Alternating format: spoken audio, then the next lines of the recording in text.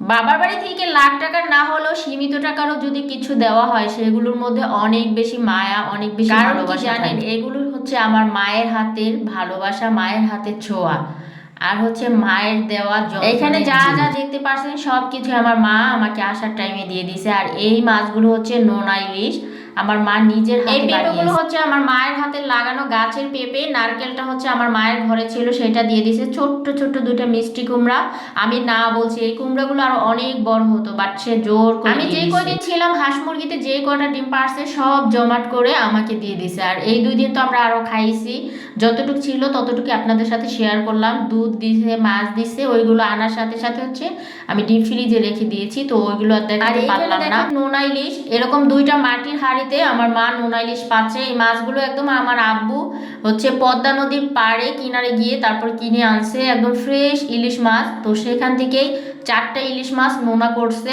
আমাকে এরকম একটা হাঁড়িতে দিছে, আর একটা হাঁড়িতে পাচ্ছে সেটা হচ্ছে তাদের জন্য রাখছে। আর এই হাঁড়িটা ধরে পুরো আমি এগুলো সুন্দর করে পানি থেকে তুলে একটা বক্সে করে এখন ডিপ ফ্রিজে রেখে দিব। বছরে যখন একদম ফ্রেশ টাটকা এই পদ্মার যে ইলিশগুলো পাওয়া যায় প্রচুর পরিমাণে, তখন অনেকগুলো করে ইলিশ মাছ এনে এরকম নোনা ইলিশ করে রেখে দেয় সারা বছর খাওয়ার জন্য।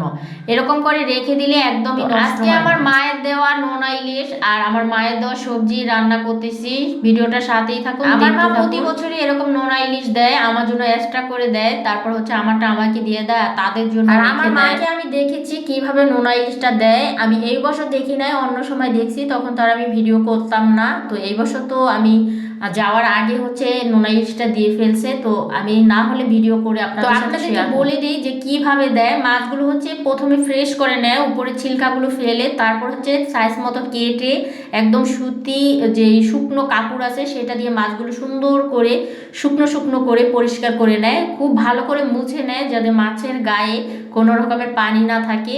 তারপর হচ্ছে প্রচুর পরিমাণে লবণ আর হচ্ছে সামান্য একটু হলুদ দিয়ে মেখে এরকম মাটির হাঁড়িতে ভালো করে চাপা দিয়ে রেখে দেয় যাতে বাতাস না ঢোকে। তারপর 20-25 দিন পর হচ্ছে এরকম খুলে একটা বয়মে ভরে ফ্রিজে, আর এরকম বয়ম ভরে সারা বছর হচ্ছে নর্মাল ফ্রিজে রেখে দেয়, সারা বছর জুড়ে খায়।